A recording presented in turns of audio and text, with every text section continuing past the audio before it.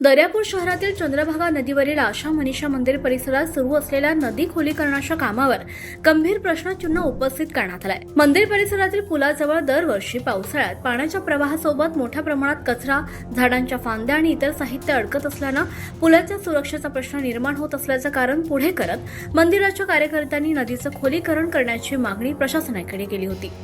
मिळालेल्या माहितीनुसार तहसील प्रशासनानं संबंधित ठिकाणी खोलीकरणासाठी परवानगी दिली, मात्र आता खोलीकरणाच्या कामाच्या आडून नदीतील गाळ आणि मातीची अवैधरित्या विक्री होत असल्याचा आरोप छावा संघटनेचे जिल्हाध्यक्ष विपिन पाटील यांनी केलाय।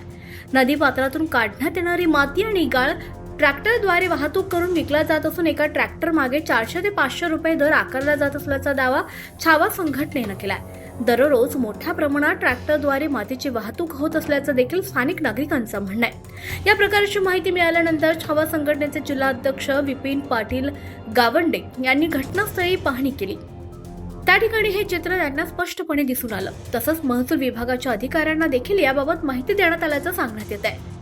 नदीचा प्रवाह सुरळीत राहावा, पूल आणि मंदिर परिसर सुरक्षित राहावा यासाठी खोलीकरणाची संकल्पना ही स्वागतार्ह असली तरी परवानगीच्या अटींचं उल्लंघन करून नदी पात्रातील गौण खनिज किंवा गाळाची विक्री होत असल्यास त्याची सखोल चौकशी होणं आवश्यक असल्याची मागणी छावा संघटनेनं केली आहे।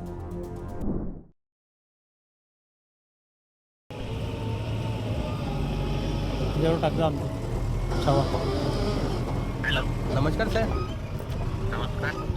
काही नाही सर, इथं आशा मनीषाच्या मंदिरावर आलेलो होतो।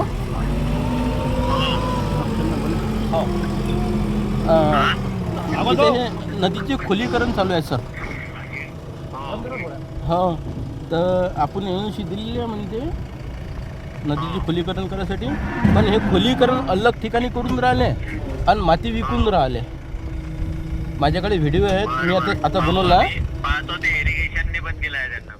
हां, ते संबंधित डिपार्टमेंटची पण एनओसी आहे त्यांच्याकडे, तरी आम्ही तपासून पाहू काय विषय आहे। ठीक आहे साहेब, मी काय म्हणतो, आम्ही इथं सगळे पत्रकार आलेले आहेत दर्यापूर तालुक्यातले आपल्या, आणि आम्ही सगळेजण इथं हजर झाले। आणि आता हे कोण तलाठी आहेत त्यांच्याकडे जे डिपार्टमेंट आहे इंगळे साहेब, ते म्हणतात की मला कोणी माहीत नाही म्हणते की कोणाकडे काय केलं, कोणा काय एनओसी दिली नाही म्हणते।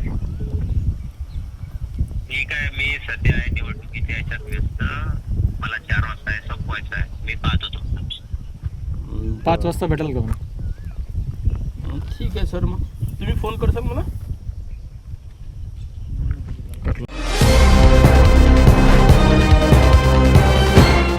पाहत रहा फक्त जनविकास न्यूज, सत्य, संघर्ष आणि जनतेचा विश्वास।